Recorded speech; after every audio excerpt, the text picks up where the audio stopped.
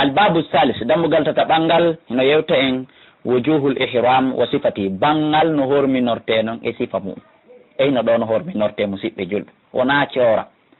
an aicha ta ƴettama enene men aicha radiallahu taala anha qalata ɓe make harajana minen nde min yaltidima a rasulillahi wondude nelaɗo allah sallah sallam amu hajjatil wada hitande hajju sakkitoro ɗum kaka hitande sappa ɓere firgo e sanata ashira lil hijra ko hitande sappa ɓere firgo nene aicha make fa min natayno e amen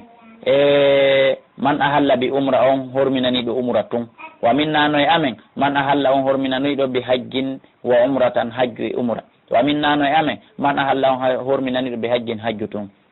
wa ahalla rasulullah sallallahu alaihi wasallam nelaɗo allah horminani bil hajji hajju on tun fa amma man ahalla bi umra amma on horminaniɗo umra fa halla on ɗon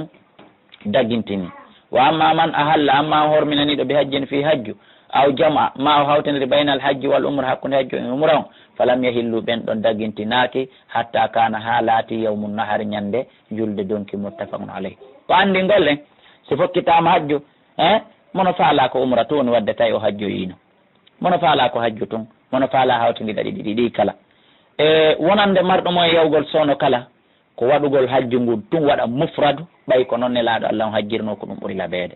wonande enen tawɓe noon heɓugol biye yawgol saudi nde wotere ko ɓurto piira haray on ɗon ko ɓuuri moƴƴude wona en wi en warrayno nelaɗo warruno noon ɓay fo muɗum hino moƴƴi haray mo ɓe wi ɓuuri lanɗoɓe laayide mo yii ko yo punno sen wakkilake ha en yeyi ton ko en eto waɗen hajju umra o haysi no woodi goɗɗum ngo kadi ko watte noon ɗum haɗana hajju umra ko en hawtidir ɗum ɗon fo hayso ko piiji temedere no waɗen laawol gotol arten ɓa en anda si ɗen yeeɗa yiltitagol en faami ka ko andingol en